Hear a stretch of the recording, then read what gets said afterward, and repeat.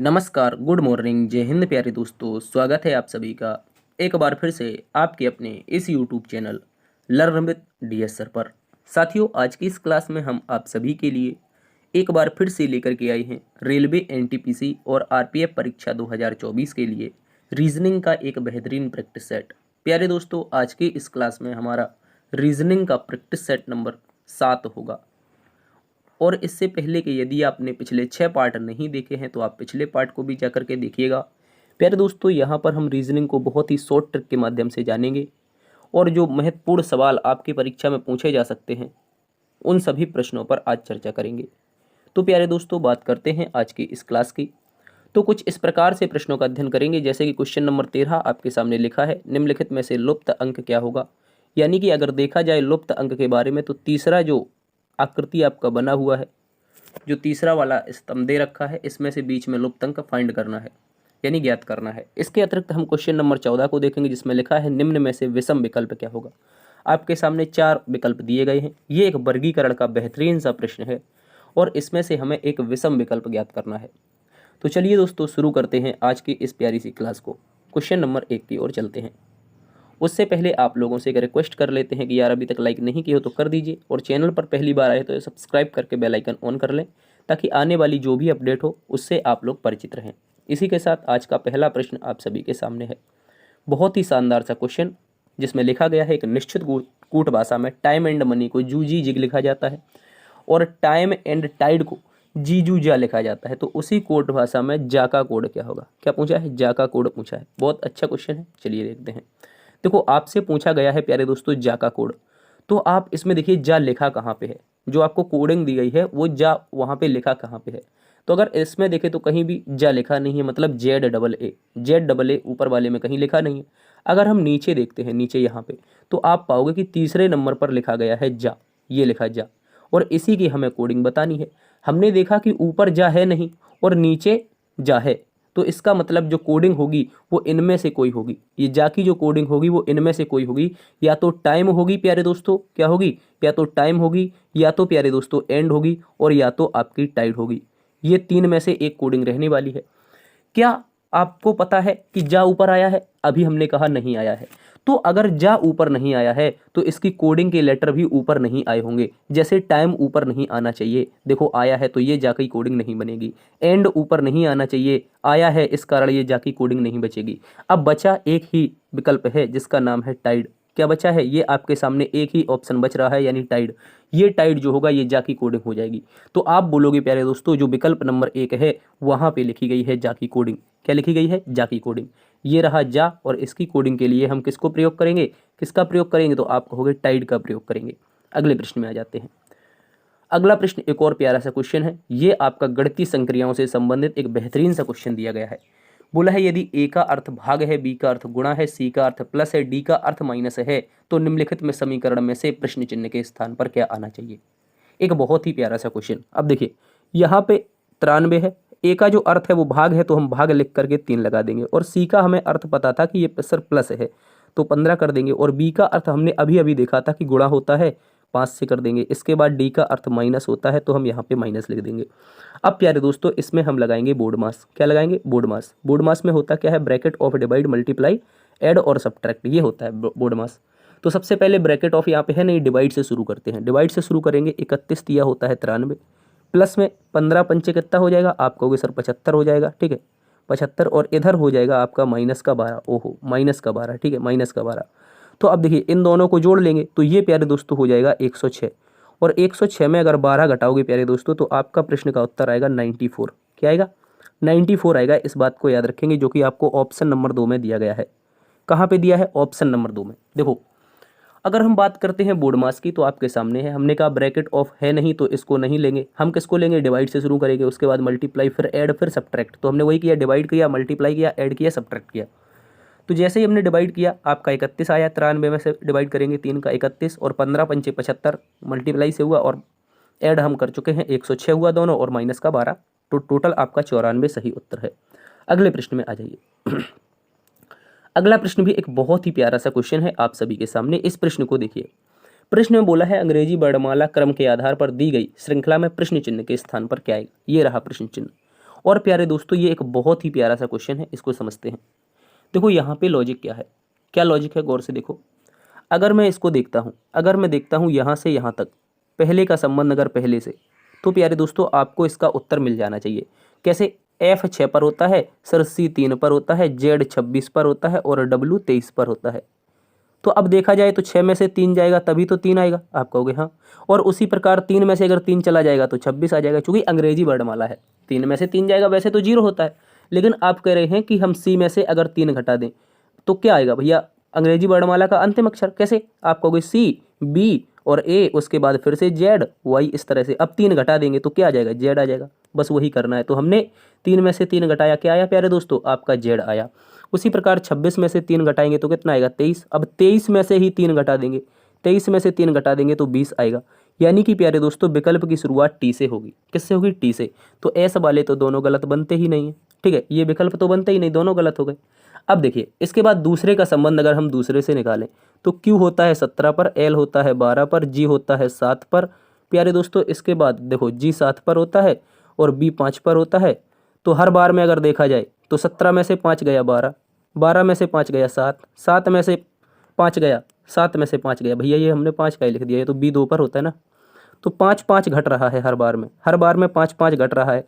अब आप कहोगे सर 2 में से 5 घटाना है, 2 में से 5 घटाने का मतलब वैसे ही करना है जैसे बी ए, इसके बाद में क्या करना है? जेड, इसके बाद में आपको जेड करना है, उसके बाद में वाई करना है, उसके बाद में आपको एक्स करना है, उसके बाद में डब्ल्यू करना है।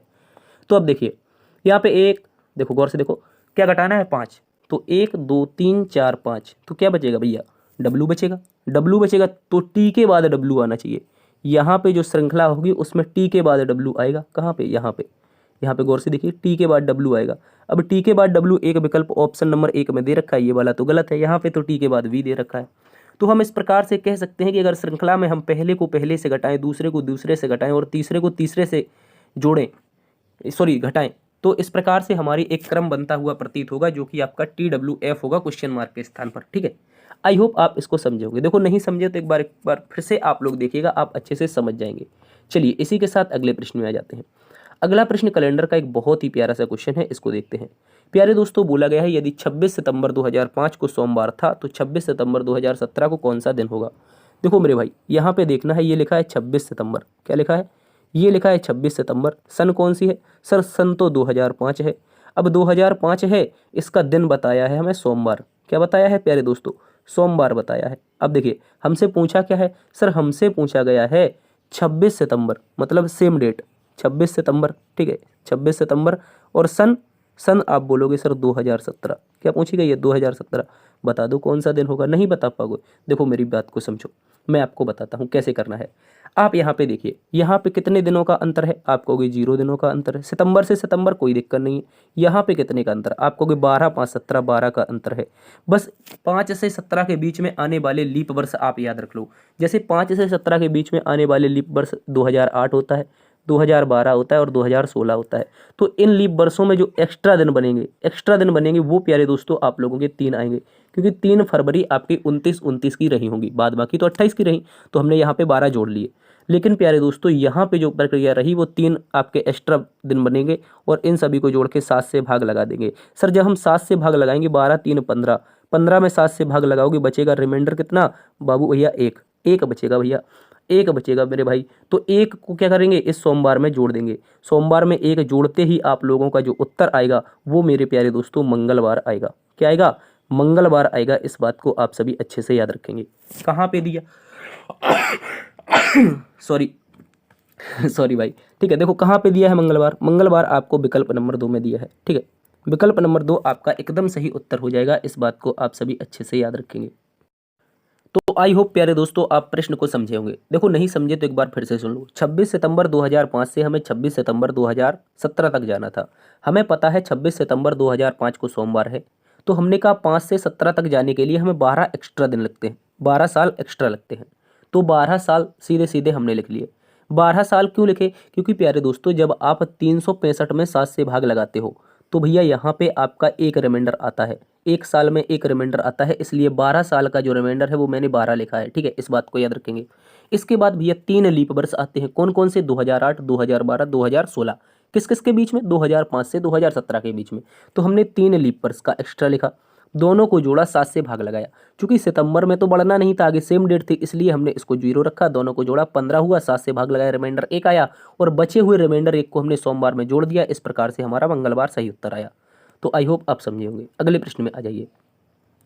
अगला प्रश्न आप लोगों से कह रहा है कि उस विकल्प को चुनिए जिसमें दी गई आकृति इसके भाग के रूप में अंतर्निहित है और घुमाने की अनुमति नहीं है। इस बात को याद रखना है, ये जो आकृति है इसको हमें अंतर्निहित इनमें से ढूंढना है 4 विकल्पों में से, और घुमाना भी नहीं है। मतलब घुमाना नहीं है तो हमें सीधी दिखाई देनी चाहिए, उल्टी तो बनेगी नहीं, तो ये तो गड़बड़ हो गया ऑप्शन। अब देखो यहाँ पे आप देखो तो ये एक कर्व बना हुआ आपको दिखाई देगा, ये इस प्रकार से। अगर हम यहाँ कहीं देखते हैं, यहाँ कहीं देखते हैं, तो ऐसी आकृति हमें कहीं भी दिखाई नहीं दे रही है।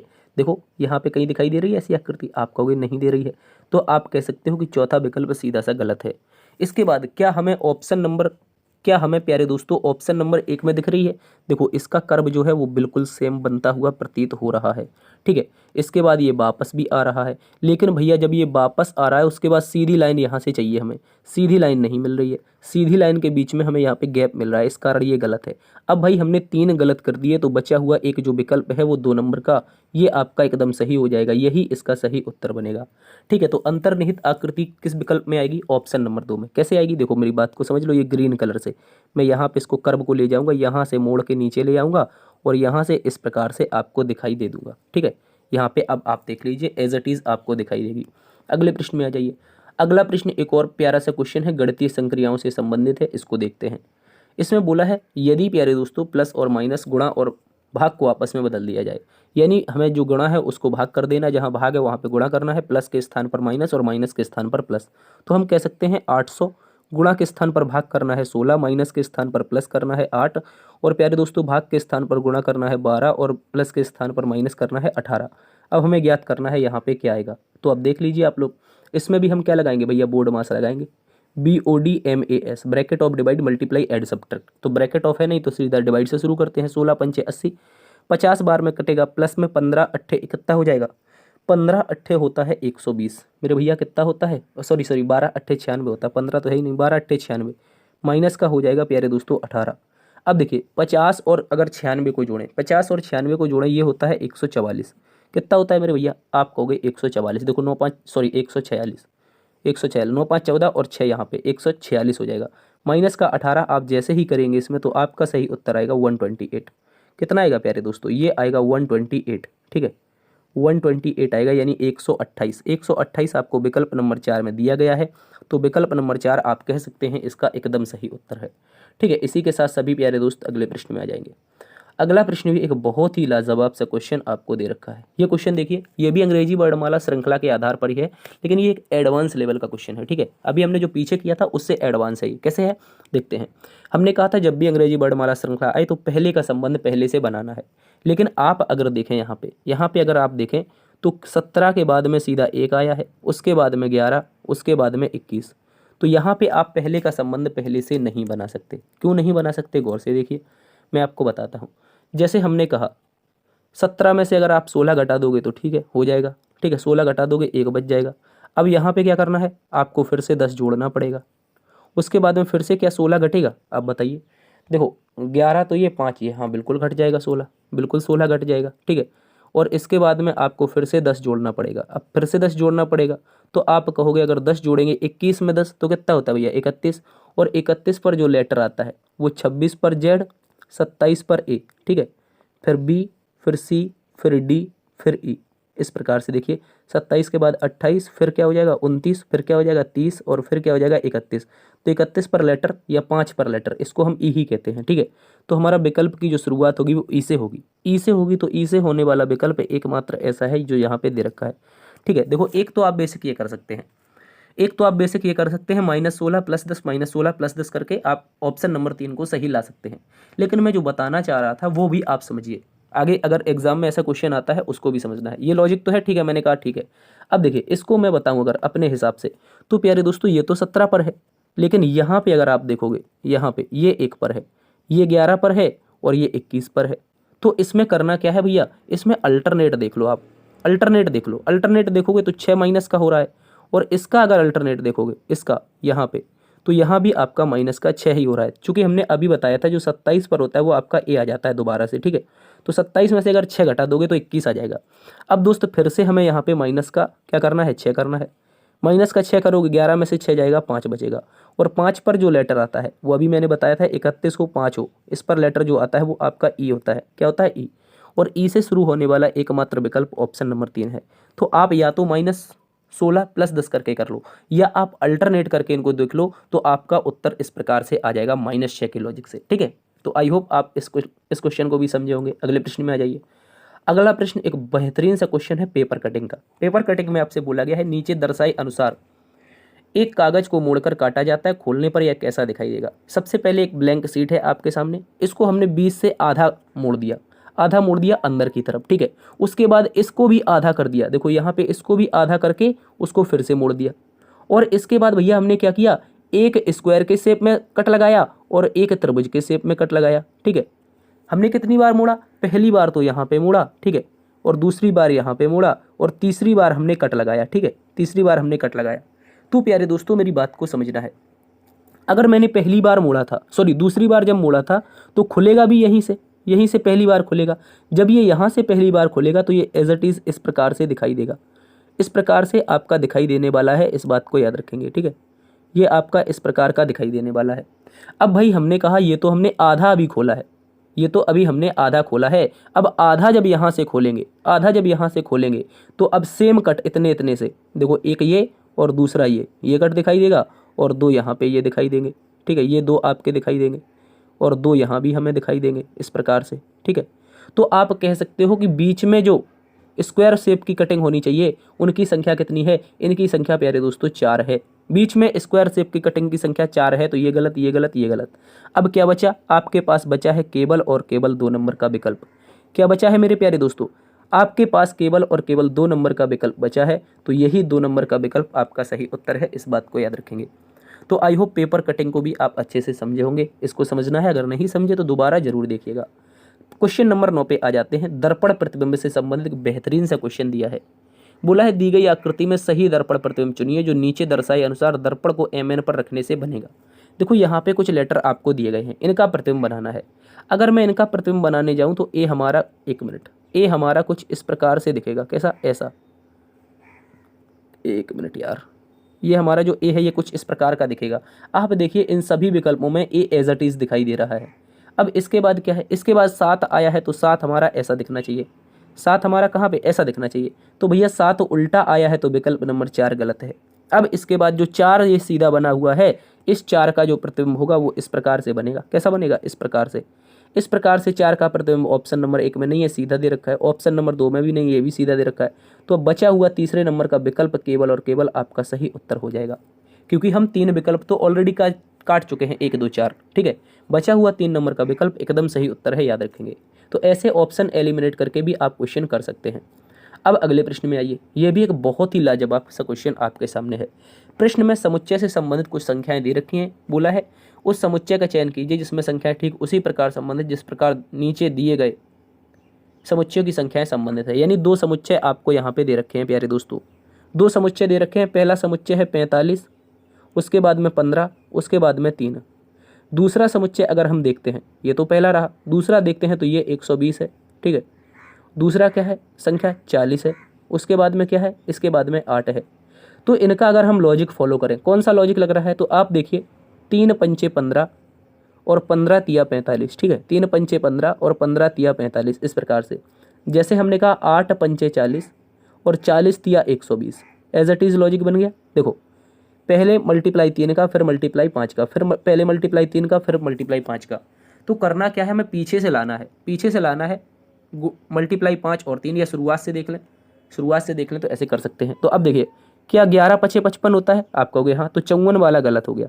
11 पचे 55 होता है, सही हो सकता है। 9 पचे 45 होता है, 55 नहीं होता है। 11 पचे 55 सही हो सकता है, ठीक है। अब 2 गलत हमने कर दिए। अब क्या बच रहा है, अब बच रहे हमारे पास दूसरा और चौथा। अब देखिए 55 तिया, भैया 55 तिया 165 सही है। 55 तिया 165, यहाँ पे 75 दे रखा है, गलत है। देखो कैसे, 165, 165 के बाद में 55 और इसके बाद में 11। तो यहाँ पे आपका बनेगा मल्टीप्लाई 5 का, 11 पचे 55 और 55 तिया 165, ठीक है। इस बात को याद रखेंगे। तो 3 और 5 का मल्टीप्लाई यहाँ भी बनेगा और लॉजिक यही आपका फॉलो करेगा विकल्प नंबर 2 में। कहाँ पे कर रहा है भैया? विकल्प नंबर 2 में कर रहा है, तो यही इसका सही उत्तर है। तो अब जब भी ऐसे समुच्चय आपसे पूछे जाते हैं तो इनका लॉजिक आपको ढूंढना पड़ेगा। चलिए इसी के साथ आ जाइए अगले प्रश्न में, 11 नंबर, और एक बहुत ही लाजवाब सा क्वेश्चन आपके सामने है। प्रश्न में बोला गया है दी गई आकृति में कितने आयत हैं। आयत का मतलब क्या होता है सबसे पहले तो ये समझेंगे, उसके बाद इनकी संख्या काउंट करेंगे। ठीक है, देखिए प्यारे दोस्तों, सबसे पहले बात को समझना है। मैंने कहा आयत क्या होता है, आपको भी आयत कुछ हमें इस प्रकार से दिखाई देते हैं, इस प्रकार से। लेकिन आयत की परिभाषा क्या है? अगर मैं आयत की परिभाषा की बात करता हूं तो यहाँ पे गौर से समझिए। प्रत्येक कोण 90 डिग्री का होता है। बोलो भैया, प्रत्येक कोण 90 डिग्री का होता है। और क्या? और एक दूसरी परिभाषा ये है कि सामने वाली भुजाएं जो होती हैं वो आपस में क्या होती हैं? सामने वाली भुजाएं आपस में समान होती हैं। बस यही तो मैं कहना चाह रहा हूँ। और अगर मैं बात करता हूँ प्रत्येक कोण 90 डिग्री और सामने वाली भुजाएं समान होती हैं, तो सर वर्ग की परिभाषा क्या होती है फिर? आप कहोगे सर आयत पढ़ा रहे थे, वर्ग में कहाँ से आ गए? मेरी बात को थोड़ी सी समझ लो भाई। मैंने कहा आयत की परिभाषा है प्रत्येक कोण 90 डिग्री का होता है। क्या वर्ग का प्रत्येक कोण 90 डिग्री का है? आप कहोगे हाँ सर, वर्ग का प्रत्येक कोण 90 डिग्री का है। इसके अलावा क्या है? इसके अलावा सर ये भी है कि वर्ग की सामने वाली भुजाएं भी समान है। कैसे? आप कहोगे सर वर्ग की तो सभी भुजाएं समान होती हैं। जैसे हमने कहा ये ए है तो ये भी ए रहेगी, ये भी ए रहेगी और ये भी ए रहेगी। अगर यहाँ पे बी है तो ये बी होगी, और अगर ये ए है तो ये ए होगी। इसका मतलब है ए समान है, बी समान है। तो हम कह रहे हैं सामने वाली भुजाएं समान का मतलब क्या ए समान नहीं है? आप कहोगे समान है। क्या ये ए इससे समान नहीं है? आप कहोगे समान है। तो हम यहाँ से एक लॉजिक पर निकले कि सभी के सभी वर्ग आयत होते हैं। मतलब जितने भी वर्ग आपके पास हैं वो सारे के सारे आयत होते हैं, लेकिन सभी आयत वर्ग नहीं होते। मैं इतना सा समझाना चाहता था। आई होप समझे होंगे, बहुत सारे लोग इसको पहले से जानते होंगे। देखिए मेरी बात को समझो। मैंने कहा अब वर्ग गिन लेते हैं। कैसे गिनते? एक ट्रिक होती है, वर्ग की। क्या ट्रिक होती है? देखो गौर से समझो। मैंने कहा हमारे पास एक ये आकृति है। मैंने कहा कितने वर्ग हैं? वर्ग नहीं, सॉरी, आयत की बताते हैं, फिर वर्ग बताएंगे। ठीक है, हमने कहा हमारे पास ये आकृति है, इसमें आयत कितने हैं? आप कहोगे सर एक है। अगर मैं आपसे कह दूं कि एक मैंने लाइन खींच दी, अब बताओ कितने हैं? आप कहोगे सर एक और दो। पर आप ये गलती कर जाओगे, आप इस तीसरे वाले को नहीं गिनोगे। कौन से? भैया सबसे बड़े वाले को। ठीक है, तो आप इससे यहाँ से एक तर्क निकाल सकते हैं कि अगर हम एक दो को दोनों को जोड़ दें तो बराबर 3, इस तरह से, जैसे वो त्रिभुज में हम करते थे। एज इट इज़ हमारा लॉजिक आयत में भी लगता है। ठीक है, याद रखेंगे। तो हमने कहा अगर हम वर्ग निकालना चाहें, अगर हम प्यारे दोस्तों वर्ग निकालना चाहें, सॉरी आयत निकालना चाहें, मैं बार बार वर्ग बोल दे रहा हूँ। ठीक है, उसके लिए थोड़ा सा क्षमा करिएगा। देखो मैं अगर यहाँ पे आपसे कहूँ कि मैं यहाँ से निकालना चाहता हूँ, क्या मैं आयत निकालना चाहता हूँ भैया, कैसे निकाल पाऊँगा? गौर से देखो, मैं आयत निकालने के लिए सबसे पहले नंबर दूंगा, जैसे यहाँ पे मैंने नंबर दिए थे। ठीक है, अब देखो 1 2 3। ठीक है, अब आप बोलोगे सर 4 यहाँ पे क्यों नहीं दिया? 4 इसलिए नहीं दिया भैया क्योंकि ये अत पर लौट जा रहा है, यानी आधे से लौट जा रहा है। अत पर का मतलब होता है आधे से लौट जा रहा है। तो अब मैं कह रहा हूँ यहाँ पे कितने आयत हैं? देखो यहाँ पे आयत मिलेंगे 1 प्लस का 2 प्लस का 3। तीनों को जोड़िए, तीनों को जोड़ेंगे 3 2 5 1 6।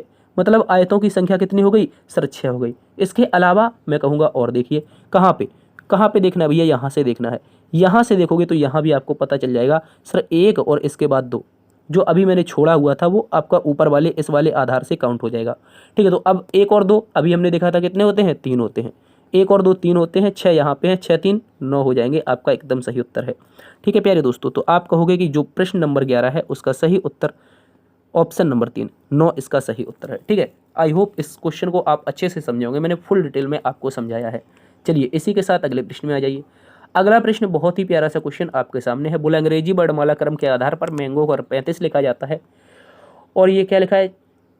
चेरीज को अगर मैंगो को 35 लिखा जाता है, चेरीज को 56 लिखा जाता है, एडमिनिस्ट्रेशन का कोड क्या होगा? देखो गौर से देखते हैं। सबसे पहले क्या है? मैंगो है, MANGO, ये रहा मैंगो। इसको लिखा जा रहा है 35। कैसे लिखा जा रहा है? लॉजिक में बता देता हूँ। ये 5 लेटर हैं। टोटल मैंगो में कितने लेटर हैं? आप कहोगे 5 लेटर हैं। बस 5 लेटर में अपने मन से 7 का गुणा कर दोगे, आपका उत्तर 35 आ जाएगा। कोडिंग इस प्रकार से है। वहीं मैं चेरीज़ की बात करता हूँ, CHE, उसके बाद में RR, उसके बाद में IES। ठीक है, IES ये रहा। अगर चेरीज़ के मैं लेटर को देखता हूँ, इसकी कोडिंग तो 56 दी गई है, लेकिन चेरीज़ में कुल कितने लेटर हैं सर? 8 लेटर हैं। अपने मन से 7 का गुणा कर दीजिए, 8 सत्ते 56 आ जाएगा। अब बस यही लॉजिक हमें एडमिनिस्ट्रेशन को फॉलो करवाना है। एडमिनिस्ट्रेशन, ठीक है, गौर से देखना है। एडमिनिस, ठीक है, ये रहा मिनिस्ट्रेशन, TRATION। TION, ये रहा एडमिनिस्ट्रेशन। एडमिनिस्ट्रेशन के आप लेटर गिनिए, आप लेटर गिनने जाओगे तो पता चलेगा 1 2 3 4 5 6 7 8 9 10 11 12 13 14। एडमिनिस्ट्रेशन में जो लेटरों की संख्या है वो प्यारे दोस्तों कितनी है? आप बोलोगे सर 14 है। तो 14 के लिए कोडिंग क्या आएगी? आप कहोगे सर 14 तो एज इट इज़ लिखना है, गुणा अपने मन से 7 का करना है, 14 सते 98। तो जो कोडिंग आएगी वो एडमिनिस्ट्रेशन की 98 आएगी। 98 ऑप्शन नंबर 1 में है, ऑप्शन नंबर 1 आपका सही उत्तर है। करना क्या था? जितने लेटर थे उनमें अपने मन से 7 का गुणा करना था। जो भी लेटर दिए गए थे लेटरों को काउंट करके अपने मन से 7 का गुणा कर दोगे, कोडिंग आ जाएगी। उसी प्रकार से एडमिनिस्ट्रेशन आपका 98 बनेगा। अगले प्रश्न में आ जाओ। अगला प्रश्न सीरीज का एक बहुत ही प्यारा सा क्वेश्चन है, इसको देखते हैं। देखिए सबसे पहले 34 है, उसके बाद में क्या है प्यारे दोस्तों? 58 है। 58 के बाद में 106 है, 106 के बाद में 202 है, ठीक है। उसके बाद में कितना है भैया? 202 के बाद में 394। एक मिनट, 202 के बाद में कितना है? 394 है। और हमें अगला ज्ञात करना है। क्या ज्ञात करना है? अगला वाला ज्ञात करना है। तो अब गौर से देखिए, यहाँ पे जो लॉजिक है मैं सीधा आपको बता देता हूँ। 34 दूना होता है 68 और माइनस कर दीजिए 10, 58 बचेगा। 58 दूनी होता है 116, 116 में माइनस 10 करोगे 106 बचेगा। 106 दूनी होता है प्यारे दोस्तों कितना? 212, और 212 में अगर आप माइनस 10 करोगे 202 बचेगा। और 202 दूना होता है 404, और माइनस आप 10 करोगे 394 बचेगा। इसी प्रकार से यही लॉजिक लगाते हुए, इसी लॉजिक को फॉलो करते हुए 394 दूना करेंगे तो होता है 788। कितना होता है? 788। और आप माइनस का 10 करोगे तो 778 आ जाएगा। कितना आ जाएगा प्यारे दोस्तों? 778 आ जाएगा। देखिए 394 दूनी 788, और आप जैसे ही आप प्यारे दोस्तों यहाँ पे करोगे कितना? आप जैसे ही प्यारे दोस्तों यहाँ पे माइनस 10 करोगे 778 आ जाएगा। ऑप्शन नंबर 3 में दिया है, ये इसका सही उत्तर है। देखो एक बार मैं करके दिखा देता हूँ। आप कहोगे सर इतने जल्दी बोलते जा रहे हो। ये 2 का गुणा करिए, 2 चौको 8, 2 निम में 18, 2 निम में 18, 2 तिया 6, 1 7। देखो 788 हुआ। जब माइनस 10 करोगे तो कितना बचेगा? 778 यानी 778। ठीक है, इस बात को याद रखेंगे। चलिए अगले प्रश्न में आ जाइए। अगला प्रश्न 14 नंबर कह रहा है कि निम्नलिखित प्रश्न में सही सादृश्यता ज्ञात कीजिए। सादृश्यता एक प्यारा सा क्वेश्चन है। बोला गया है कांडला का संबंध अगर गुजरात से है तो कोचीन का संबंध किससे हो जाएगा, ये बताना है। देखो मैं बात करता हूँ अगर कांडला की, अगर किसकी बात करता हूँ? कांडला की। तो कांडला एक क्या है? एक आपका पोर्ट है, यानी बंदरगाह है। क्या है? बंदरगाह। ठीक है, याद रखेंगे ये एक बंदरगाह है। और ये बंदरगाह कहाँ पर स्थित है? गुजरात में स्थित है। ठीक है, याद रखेंगे काठियावाड़ तट पर। उसी प्रकार कोचीन भी क्या है? कोचीन भी मेरे भैया एक बंदरगाह है। कोचीन वही बंदरगाह है जहाँ से वास्को डी गामा भारत पहली बार आया था। ठीक है, जिसे कालीकट कहते थे। तो आप कहोगे कोचीन बंदरगाह है, लेकिन है कहाँ पर? सर केरल में स्थित है। कहाँ पे है? केरल में स्थित है। तो इस क्वेश्चन मार्क के स्थान पर क्या आएगा? आप बोलोगे सर केरल आएगा। क्या आएगा प्यारे दोस्तों? विकल्प नंबर 2 केरल इसका सही जवाब है। अगले प्रश्न में आ जाइए। अगला प्रश्न भी बहुत ही लाजवाब क्वेश्चन आपके सामने है, और प्रश्न में आपसे पूछा गया है लुप्त अंक, लुप्त संख्या यहाँ पे दी गई है। देखो इसका सीधा सा लॉजिक क्या है, समझते हैं। आसपास की संख्याओं को कुछ ना कुछ करके आपको लाना है बीच की संख्या। जैसे हमने कहा आसपास की कुछ संख्याओं से हम 63 प्राप्त कर रहे हैं, 41 प्राप्त कर रहे हैं, तो उसी प्रकार से हम क्वेश्चन मार्क भी प्राप्त कर सकते हैं। क्यों ऐसे? क्योंकि हमें क्वेश्चन मार्क बीच की संख्या दे रखी है, और बीच की संख्या इसीलिए दे रखी है क्योंकि आसपास की संख्याओं का आप प्रयोग कीजिए और बीच की संख्या लाइए। तो कैसे ला सकते हैं? तो भाई हम क्या करेंगे, ऊपर की दोनों संख्याओं का मल्टीप्लाई करेंगे, नीचे की दोनों संख्याओं का मल्टीप्लाई करेंगे और जोड़ देंगे। जैसे हमने कहा ऊपर की दोनों संख्याओं का मल्टीप्लाई 5 तिया 15, नीचे की 8 छंगे 48। जैसे ही आप दोनों को जोड़ेंगे तो 63 आ जाएगा। उसी प्रकार से यहाँ पे दोनों का मल्टीप्लाई और यहाँ भी दोनों का मल्टीप्लाई। कैसे? सर 7 दूनी होता है 14, 7 दूनी 14 होता है, और 9 तिया 27 होता है। दोनों को जोड़ोगे 27 14 41 होता है। कितना होता है? 41। बीच की संख्या आ गई। अब वही लॉजिक तो हम यहाँ पे लगा देंगे भैया, यही लॉजिक तो हम यहाँ पे लगा देंगे। जैसे हमने कहा 6 सत्ते 42, 6 सत्ते 42 और प्लस में 8 पंचे 40, दोनों को जोड़ दीजिए मेरे भाई। 40 दूनी 80, 2 82, क्या आ जाएगा? 82। तो आप कह सकते हो कि ये जो क्वेश्चन मार्क है इसके स्थान पर 82 आएगा, और 82 आपको विकल्प नंबर 2 में दे रखा है। सर विकल्प नंबर 2 हमारा इस प्रश्न का एकदम सही उत्तर है। ठीक है, इस बात को आप सभी अच्छे से समझ लेंगे। इसी के साथ अगले प्रश्न में आ जाते हैं। आज का अंतिम प्रश्न आपके सामने है। प्रश्न में बोला है उस आकृति का चयन कीजिए जो शेष से अलग है। इन 4 विकल्पों में से ऐसी कौन सी आकृति है जो इन सभी से अलग है? तो अगर आप देखें प्यारे दोस्तों, ये बी उल्टा दे रखा है, डी भी उल्टा दे रखा है, एफ सीधा दे रखा है, ई उल्टा दे रखा है। ठीक है, यानी इसका अगर हम प्रतिबिंब बनाए तो सीधा बनेगा, इसका प्रतिबिंब बनाए तो सीधा बनेगा। ठीक है, ये भी सीधा बनेगा। एफ का प्रतिबिंब बनाए तो उल्टा बनेगा, और ई का प्रतिबिंब बनाए तो सीधा बनेगा। तो आप कह सकते हो यहाँ पे विषम क्या है? विषम है ऑप्शन नंबर सी, क्योंकि ये तो सीधा दे रखा है, बाद बाकी दर्पण दे रखे हैं। क्या दे रखे हैं? बाद बाकी तो दर्पण के प्रतिबिंब दे रखे हैं। ए और बी और डी, तीन ऑप्शन, जबकि एफ नाम का जो विकल्प है वो सीधा है। वो कौन से विकल्प में है सर? सी नंबर में है। सी नंबर कहाँ पे है? सी नंबर विकल्प नंबर 3 में है। ठीक है, इस बात को याद रखेंगे। इस प्रकार से आप कहोगे कि 16 नंबर प्रश्न का सही उत्तर विकल्प नंबर 3 होगा। क्या होगा मेरे भैया? विकल्प नंबर 3 होगा। इस बात को याद रखेंगे। तो मेरे प्यारे दोस्तों, फिलहाल आज की क्लास में इतना ही। उम्मीद है आज की क्लास आपको पसंद आई होगी। यदि पसंद आई है तो एक बार से अपने चैनल को सब्सक्राइब जरूर कर लीजिएगा और साथ साथ में बेल आइकन ऑन कर लें, ताकि आने वाली जो भी क्लासेस हो उसका अपडेट आपको मिल जाए। लाइक जरूर करके जाना है, ठीक है, अपने दोस्तों में भी शेयर कीजिएगा। मिलते हैं एक नई वीडियो में, तब तक के लिए अपना ख्याल रखना। जय हिंद, जय भारत, जय मां सरस्वती।